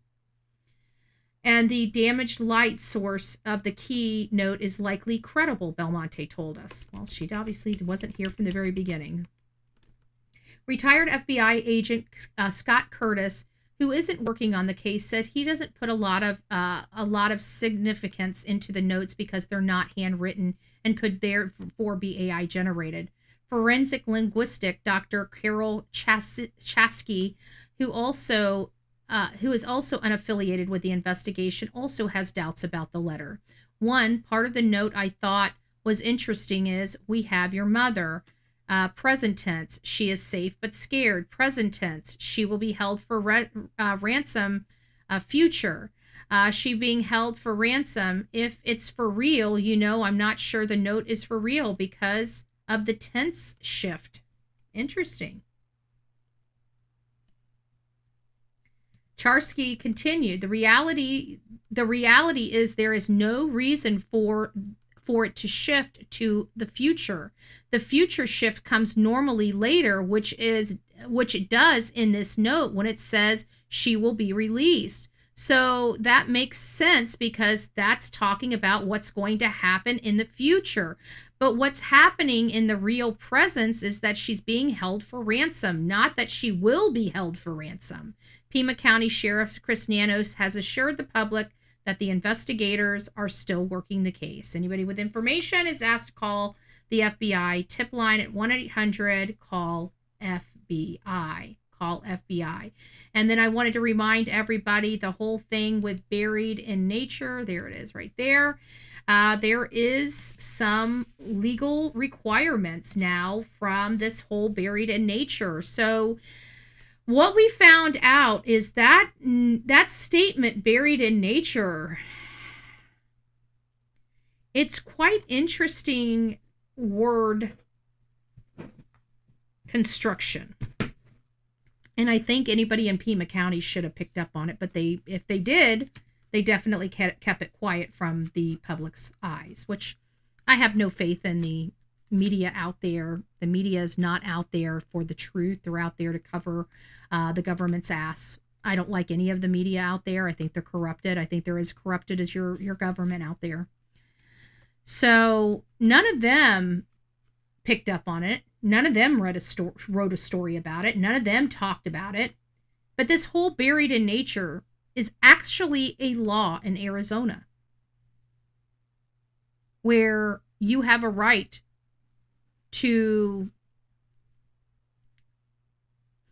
this is going to sound awful. It sounds awful. I don't even want to say it.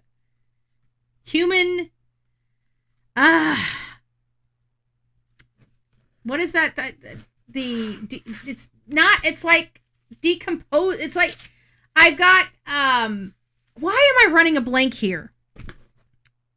I had it in my head and then I'm like, I'm not going to say it. And then it left my head. It is where, and I know they've got it here. Did they say it here? It's with the, it's called a specific word. Compost, human compost. It's a human compost law. It sounds disgusting. Yes, that's it, Jamie. Thank you. Thank you. I've got a composter out front. It's not for humans. It's not for any live creature other than plant-based deaths, fruits, vegetables, leaves, But human composting, what the? This is mind-blowing. I'm the Sasquatch Kid! No, wait, Burger Foot! No! Beef Squatch! That just sounds a little weird. But anybody in Arizona, when they heard Buried in Nature now, not one person thought that the rest of the world needed to understand what that meant. One of our audience members, I can't remember who it was, whoever it is, you know who it was that sent it. It was only one person that sent this message to me. And it was talking about Buried with Nature. It's talking about a law in Arizona that allows you to forego embalming, allows you to forego buying a casket, allows you to forego burning somebody. You can literally take a blanket, a sheet, sew them in it. That means, like, I think what they mean is sew the blanket around them. You, like, basically roll them up. When you see a sheet person, carried out like the freaky crap you see in the movie, you can do that in Arizona. You can wrap them in a sheet and stick them by a waterway, and let them naturally decompose and turn into compost. I'm okay. I'm chill, but it's just that I would have expected that people in the state of Arizona, hearing that she's buried in nature now, knowing that they have this nature and human composting law, you would think that there would have been more people that came out and explained what this whole buried in nature now meant, that it may not just be poetic. It may be the fact that they just rolled her up into something and threw her out there by a water stream, for all we know. None of us do. You're not alone, Janet. You're in the right place. You're in the right place. None of us do. Don't worry.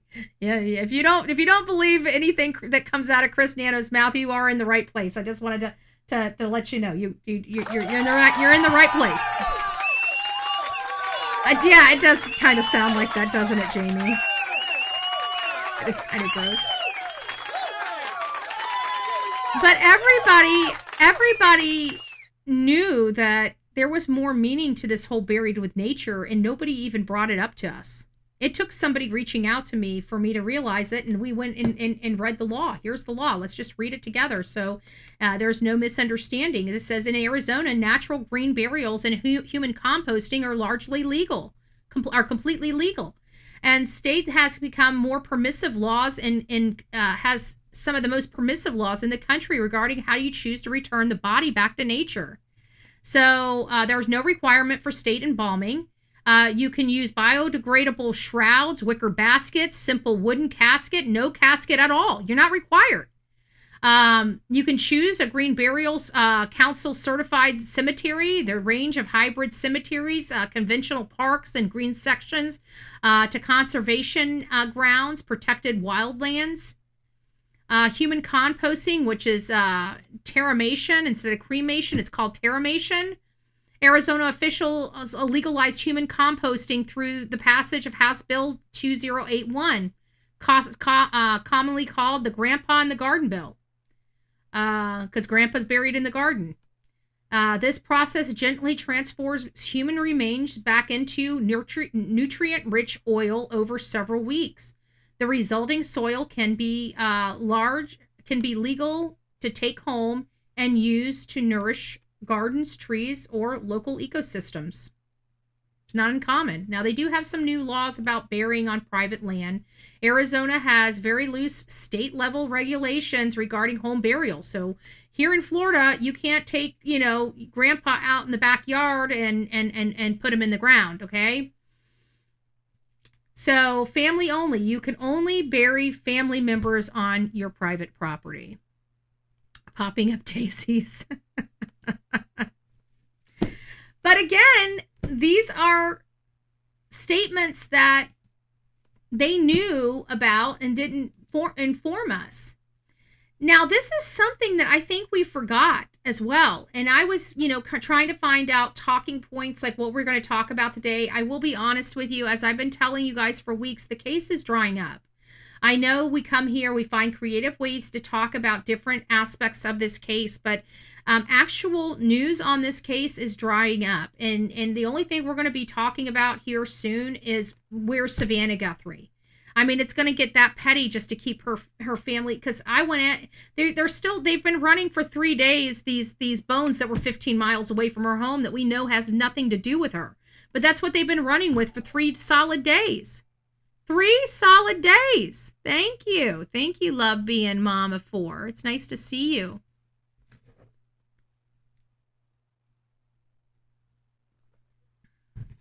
Bugs and critters take care of soft tissue within days, exactly. Exactly.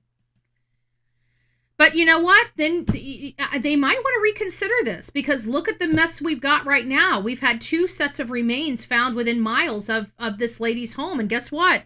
They've got to come out there and check them. So there needs to be some type of registration and certification that goes into these buried in nature type of funerals, burials, whatever you want to call them, right? Because at some point, somebody's going to call in with a skull. Somebody's going to call in with a torso. Somebody's going to call in with a femur. You know, human bones. And law enforcement is going to have to stop and investigate somebody that's out there to be human decomposition, you know, to decompose human compost. That's what I'm saying. Compost, not composting. Human composting. It's just weird. It's just weird.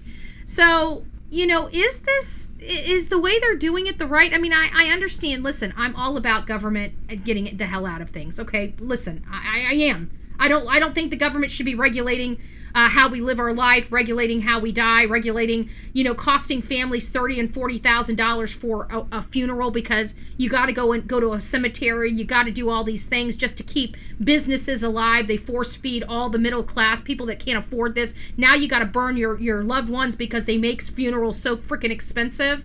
And all you want to do is just put them back in nature. You know, they put all these rules together. But in all fairness, like Florida, we don't have bodies just showing up or remains just showing up in the middle of nowhere, right? There's got to be some regulations, especially with this. I don't think being willy-nilly with this. One, you need to have good records. You need to find out who's living and who's dying. Why? Because God knows what's going to happen in the future. We might have a major catastrophe, and you need to have a good head count.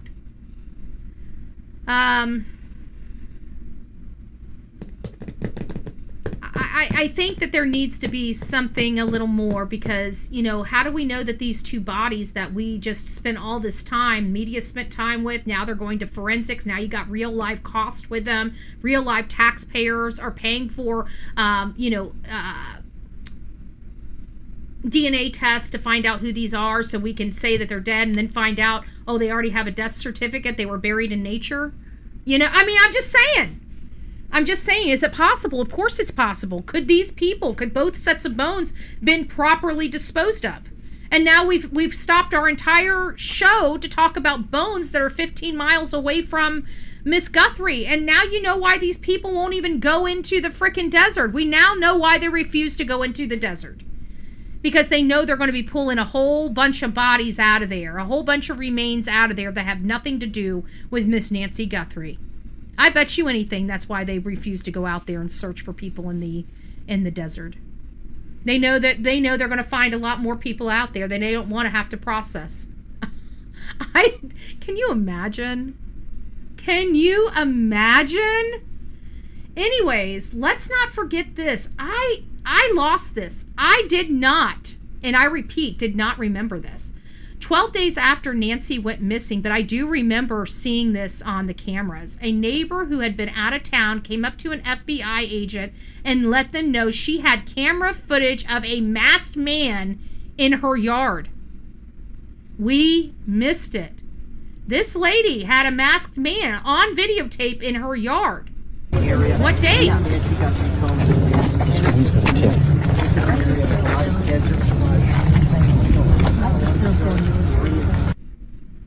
I remember seeing that, and I never understood what it was about. And that was one of the neighbors letting her know that she was out of town, and when she came back and reviewed her footage, she found at least one masked gunman in her yard on camera. Where's this footage? Why didn't they release it to us? The ski mask worn by porch guy found? ? Somebody had potentially found. Let me see who's. They usually take somebody's footage. Whose footage? Cash Patel. We got here, and so let's read this. So here's where Daphne's case file dispatched found there was a ski mask found on February 11th, 2026. Interesting. So did they collect that? Is that down for DNA testing? An alleged dispatch call has surfaced where a person claims to have found a ski mask like the one worn by the suspect in the Nancy Guthrie case. The 84-year-old mother of Today's Show host Savannah Guthrie was reported missing on February 1st. Authorities believe she was taken from her Catalina foothill home near Tucson, Arizona, the night before. It has been over 6 months since no suspects have been publicly named in the case. However, a masked individual was caught on camera on Nancy Guthrie's porch the night before she was reported missing. This is the closest the public has come to knowing about the suspect in the case. The internet dubbed this masked individual the porch guy. Now an alleged video clip has emerged where a person claims that they found a mask similar to the one from Nancy Guthrie. And this was from Daphne's case file. 100 East 1st Avenue. Caller said she found a ski mask on the ground in the alley near her garage. Looks like the same mask the assailant was wearing in the Nancy Guthrie case. So you guys heard that. The alleged audio indicates the call came from 100 East 1st Avenue in Tucson, about a 2-hour drive from Nancy Guthrie's home. Now this is important, folks. I know you guys are saying 2-hour drive, but we don't know where she was, and we know she was taken out of the area. Could she have been taken 2 hours away? It's possible. Why is somebody throwing away a ski mask in the middle of nowhere 2 hours away from her home around the same time? In the alleged audio, it can be heard that a woman found a ski mask in the alley near her garage. It looks like the same mask the assailant was wearing in the Nancy Guthrie case. The alleged audio continues. Notably, the post indicates the alleged audio is from February 11th, a day after the reports and the figure of the masked person. Now, could somebody have went out there and tried to throw the mask out so it wasn't in their house, not thinking that anybody would find it? Yeah, there is possibility. There's stuff like this that happens all the time. That is the nugget, the small little nugget that didn't seem like it would work or fit, is the one that blows the case wide open. Could a mask 2 hours away from her home blow the case wide open? It's not unheard of. It's not unheard of. The Pima County Sheriff's Office already disputed this alleged audio. Speaking to Fox Digital, a person says, we have not seen, have been advised of anything like that, so cannot be confirmed. That's scary. They have something, they reference Nancy Guthrie, and that evidence hasn't been turned over to Pima County or tested. That's a problem for me. The old clip appears to have surfaced amid continued interest in the Nancy Guthrie case. No new discoveries have been made which can possibly be linked to the porch guy. So that was from February 11th. That just has recently surfaced. The FBI describes the man as 5'9" to 5'10", average build, wearing a ski mask, black 25-liter Ozark hiker backpack. This backpack is exclusively sold at Walmart. We believe that the gun holster and the jacket also all came from Walmart. I believe he purchased all clothes new from Walmart for this specific night in question, which again is going to be a problem for me. So I do believe we have a receipt that's going to have a backpack, a gun holster, and a fleece jacket of sorts that matches this. I think they would have been purchased at the same time, and probably some sweatpants, some gray sweatpants, because that appears to be what he's wearing. So he's probably layered, and I bet you we're going to find his entire outfit, even including that ski mask, purchased from Walmart. Again, I believe around the same time, but who knows? Who knows? And then this right here was bombshell information. This is the violent crime heat map in Tucson. Okay? I don't know how to get through the people in Pima County, Arizona. I don't know how to get to them. I don't know how to shake them. I don't know how to gyrate them into knowledge or wanting to protect themselves and be safer. Your government is failing you, okay? I don't know how to express this to you. I don't care who you like. This is not a popularity contest, okay? When it comes to you and your family's safety, we are not hiring people because they have a good popularity. We're hiring people that are going to make the tough decisions despite the pressure in an effort to keep us safe and to keep our communities running and moving the right way. And right now, you do not have that in Pima County. You have a corrupted system that has their foot on your neck. Okay? And if you say boo about it, they are going to make you wish you hadn't. I will never fear a government. Okay? I will never, ever fear a government. Government will fear me. And that is the mentality we need to have across this country as we reclaim our voices. You guys, look at this. You're in danger. You're in danger. You're in danger. You're in danger. And every time we hear from law enforcement, they have excuses after excuses. Every time we hear from your politicians, they have excuses after excuses. You do not have to live like this, folks. You're choosing to. You're voting yourself into peril. And I can't fix that for you. All I can do is show you. I can lead you to the water. I can't force you to drink it. Okay? But I promise you, if you start voting differently, your lives will improve. That's the only thing I can promise you. I can't promise you who's going to be the leaders of your area. I can't tell you who's got the balls and the backbones. I don't know. I just know your leadership right now is corrupted. They don't work for the will of the people. And it doesn't matter if the will of the people are Republicans or Democrats. Okay? The will of the people are the will of the people. The people in that community are hiring their representation and they are getting none. It doesn't matter what side of the aisle you're on, you're still being jaded. So if you're going to vote Democrat, get better Democrats. Problem solved. Okay? If you're going to keep voting Republican, get better Republicans. Okay? I don't know what to tell you. I'm not going to tell you how to vote. I'm just going to tell you who you're voting for. Who is running your community now is failing you in a massive way. So fire them all. Every last one of them. And replace them. That would be your best bet. And replace them with people that you hear talking about strong law and order crimes. Why? Because your life is valuable. Your children's lives are valuable. Your neighbors' lives are valuable. Okay?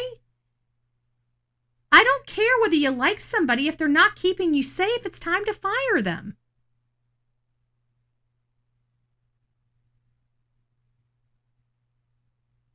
Okay, guys, be nice. You guys cannot be...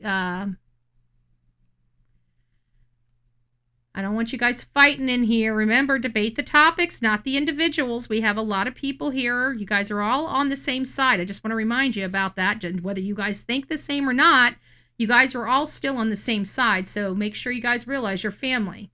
And you're not brothers and sisters, so don't act like it. Just saying. Just saying, okay? No pulling pigtails in this chat.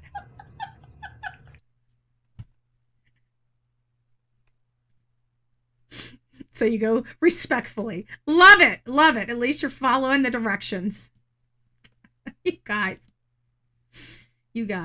And then this. The capture of the second guy. Okay? And you're like, no, Betty, that's just the same porch guy. It is. Look where he's looking. He's looking over at something. It's not the door. It's not the camera.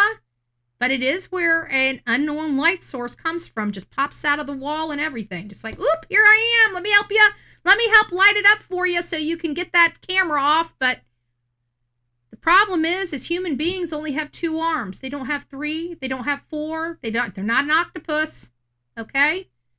And for us to believe that unknown light source is nothing but just a light source would have to make us believe that this man has multiple arms. Or there's a second person there holding a light for this man. Who are these people? Why were we deceived by why were we deceived by the local law enforcement out there? Why? Anyways, guys, rock it out with your coffee beans out. That's what we got for today. You know, we got a lot of questions. We've got a lot of questions.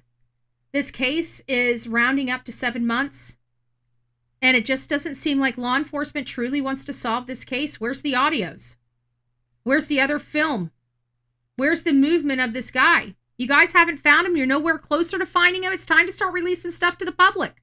You ain't doing it alone. I'm just saying. You've had 7 blessed months. What do you need? Do you need another 10 years before you finally release some stuff to us? Do we want to make sure that Miss Guthrie is truly dead and gone before you guys decide to go look for her? I mean, what gives here? Because it seems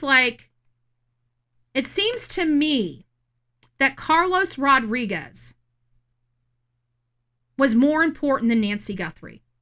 And I'm not saying that Carlos Rodriguez is not as important as Nancy Guthrie. That's not what I'm implying at all. I'm just implying that it seems awfully funny that when it came to a police recruit, we had the number of individuals, what they were wearing, the car they were using, the direction they left. And here, almost 7 months later, we've got shit from the Pima County Sheriff's, the same body that was able to find Carlos Rodriguez murderers within a week. But we can't do that with Miss Nancy Guthrie.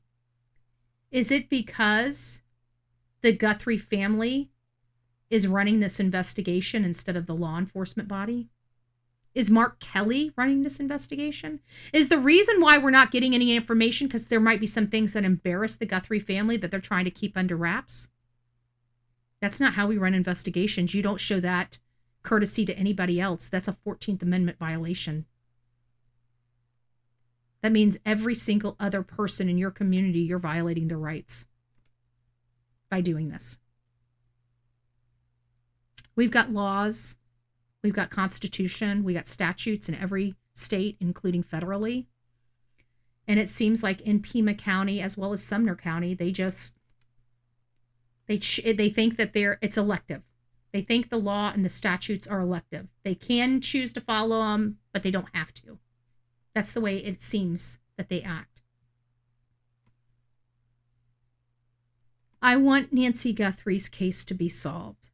Not for her family, because I don't think her family really gives a shit.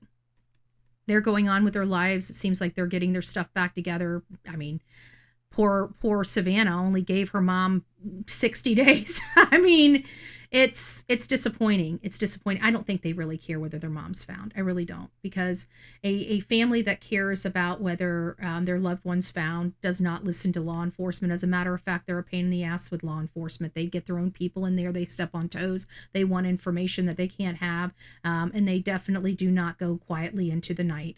Yet this family is so squeaky quiet that we don't even know if they exist anymore. So I'm sorry. I don't like that. I don't. And I'm not going to, I feel bad that I have to talk about this family, this hurting family, this family that appears to everybody as being victims as well. It hurts my heart that I have to speak this way. I don't like doing it. I really don't. I know people think it's easy for me, but I don't like thinking anybody doesn't love their family member like we love our family members. I just know who I am, and I know that if I was making $25 million a year and my mother disappeared, I would move heaven and earth to find my mother. Nobody would be in my way. Nobody would be talking to me. I don't give a rat's ass about you or anybody else when it comes to my family. I don't. Let me be very clear. I don't mince my words. I don't need to lie. When it comes to my family, nobody else matters. When it comes to your family, nobody else matters. I don't expect you to worry about me when it comes to your family. Okay? But when it comes to my family, nobody else matters. Only my family. And I expect everybody to be the same way. So for us to be here and then just see so much quietness from her children when they don't know what happened to her, I feel bad for Miss Guthrie. What ungrateful children she has. What ungrateful children she has. But they are very disappointed.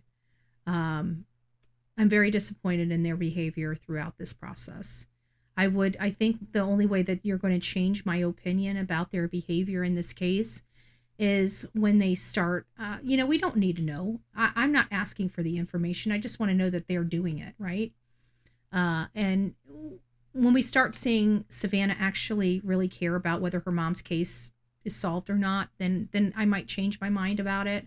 When we start seeing PIs getting involved and her really trying to find answers, because obviously this hot mess express of a sheriff has dropped the ball around her mother, you would think she would put lots of money. I mean, if I had her type of money, I would put a lot of money behind this. I mean, this is my mother. I can't. And she's so far stepped away, and maybe it's because her handlers have her so far removed from social media, but I can tell you, she is not a sweet person in me. I see nothing but a fake woman, even on that red carpet. My heart felt bad. She tries to look so sweet, but I don't see sweetness in her.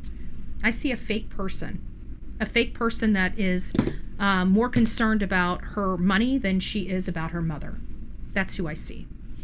And until she changes that appearance in my mind, that's how I look at her. I think Miss Guthrie's children are very entitled and very disrespectful to their own mother. And I wish they would do better. That's my message to the Guthrie family. Do better. Be better. Anyways, guys, that's where we're at today. It's not the best. It's not the worst. We're still in the same spot that we were. Nothing's really changed. We're still on the hunt for these assailants that we have no information to help law enforcement find. So, that's where we've been since day one. This is where we are at day whatever it is, but we're 227. Is it 100? Let's see, what would it be? How many days would it be? I had my calculator up here. I can tell you exactly how many days it is. It has been 207 days. 207 days. By the end of today, 207 days. That's a lot. That's a lot. That's a lot to be in the dark. But it seems so funny because the family now is the reason why they preemptively cleared the family so the family could get information from law enforcement. Chris Nanos is corrupted. Nancy Guthrie's daughter, Savannah Guthrie, appears to be in the same corrupted sandbox. She clearly hates the majority of us. I mean, she doesn't really care for the people that are really searching for her mom because they're Republicans, and that's pretty sick. But I think that's why she went after Alex. I don't know how he votes. I don't know if he can vote, but I feel like, the people, especially like 857 Tucson, are very political out there. And was this a hit on them because they don't think like her? You got to ask. You gotta ask. But I can tell you, my opinion of Savannah Guthrie is not a savory opinion. It's not. I have nothing but hard feelings, and I feel bad for her situation, but I feel like she and her siblings are very disrespectful to people that don't know them, that have been out here looking for their mother when they sit on their asses in their hoity-toity homes and their lofty jobs. It's the people down here, these little people that they keep stepping on and treating like shit, that are doing the work that they're unwilling to do, and they're doing it free of charge. While this whole family has more money than God. They refuse to lift a finger to help. But she's got time for the red carpet, folks. She's got time for the red carpet, don't you know?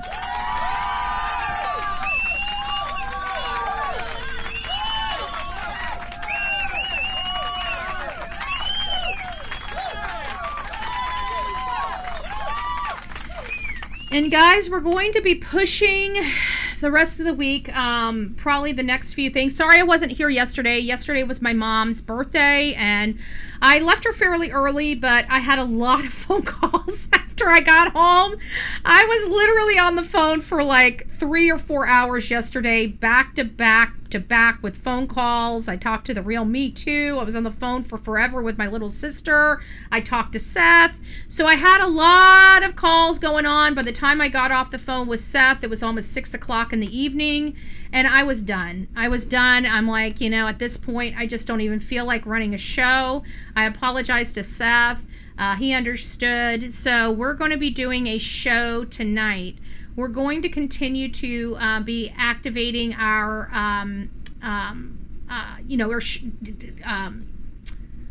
legal expense fee collection. So if you guys would like to be a part of that, please help in any way you can. It's, again, not required, but definitely appreciated. We got a small push. We're trying to get the bill paid by our paycheck on 9/22. When we get paid in September, I want to be able to pay the rest of the balance off for the legal expenses if possible. So that's kind of our goal. If we can. So I'm trying here. I know we're all doing the best we can. So I just wanted to give you an idea of where we're at, and I don't know what we actually need until this month closes out, and then I'll realize what I've already paid, what's in the coffers, and what's coming to me, and then we'll decide exactly what is needed. So what else is needed, I should say, and then we'll work on that. So the goal is to try to have the attorney paid off by October 1st in full for the retainer. Now this is just the retainer. This is not the total bill. He does a good retainer. We've done retainers with him before, and he does really good. He keeps, so far I haven't gotten an additional bill that goes outside of that retainer for that particular thing. Now, could that happen? It could happen. We'll address it at that point. But right now, this appears, from everything I talked to him, this appears to be like hopefully the last of the last that we're going to need. So again, anything you do is appreciated. So again, we'll see you guys on the flip side. Rock it out with your coffee beans out. Don't forget to be fearless. If you see something, say something. An ounce of prevention is worth a pound of cure. And until next time, please be safe, but more importantly, kind to one another. But also have an amazing day, guys. Tomorrow, is it going to be tomorrow, or are we already at TGIF? I think tomorrow, I think yesterday was hump day. Mom's birthday was on hump day. So I'm pretty confident that we're going to be TGIF tomorrow. So we're going to be trying to hit really hard in raising those funds. So I just wanted to be as transparent as I could possibly be with all of you guys, and I really do thank you. And we'll see you guys later this afternoon when we are talking about Sebastian Rogers. God bless.